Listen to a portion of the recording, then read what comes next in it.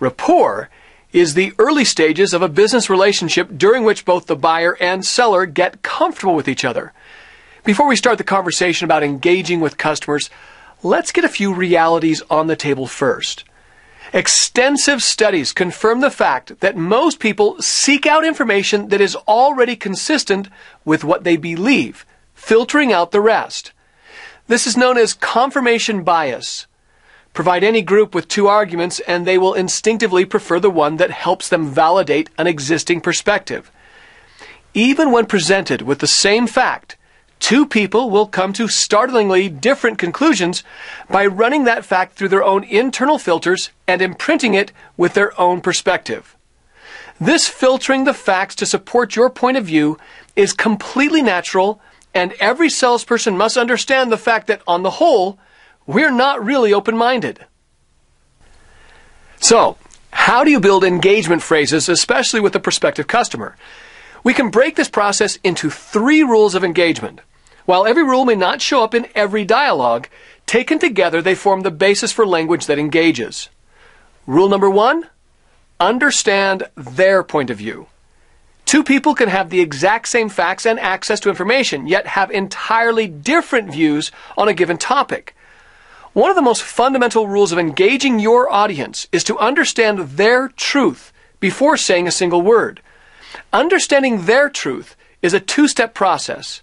The first step is to make sure you have a clear picture of your customer as a whole.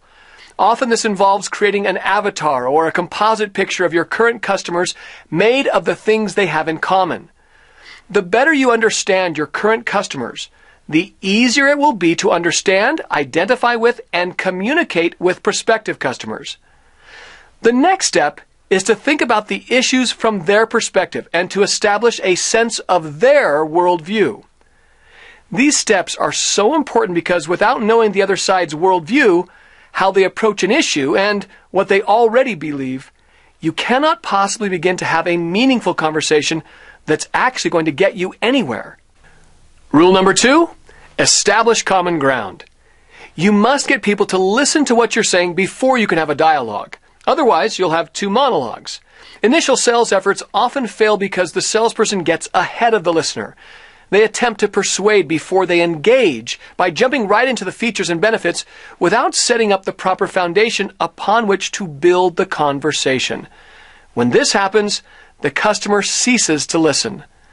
In order to communicate effectively, you must start a conversation that gets the listeners to nod their heads in agreement, which lets you know they're actually listening. You must find common ground or consensus first, and only then do you move on to messages that seek to persuade, sell, or change attitudes. Rule number 3, get people to talk by asking the right questions. The goal of engagement is to get people talking and, ideally, to put them at the center of the dialogue. Asking questions is often the quickest way there. When people sit down with someone who asks them meaningful, sincere questions, it often creates a very close and collegial relationship. The rule is, the more you ask, the more you engage. But you have to ask the right questions. You can't just take your agenda and stick a question mark at the end of it.